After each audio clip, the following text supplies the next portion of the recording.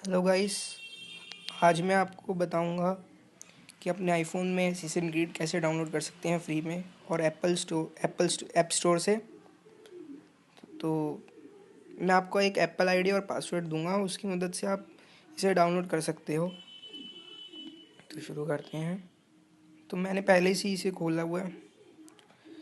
Bye.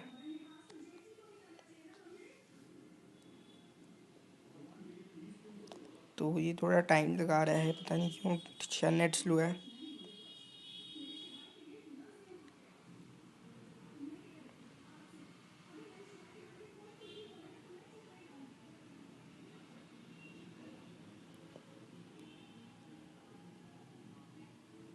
ये password मांग रहा है, इसे पासवर्ड लिख देते हैं।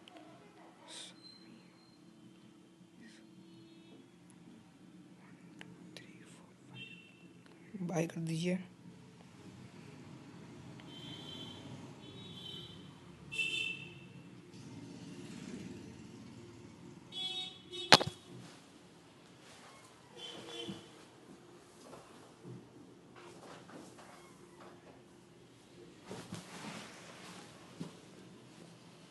तो आपकी गेम स्टार्ट होने वाली है, बस डाउनलोड होना।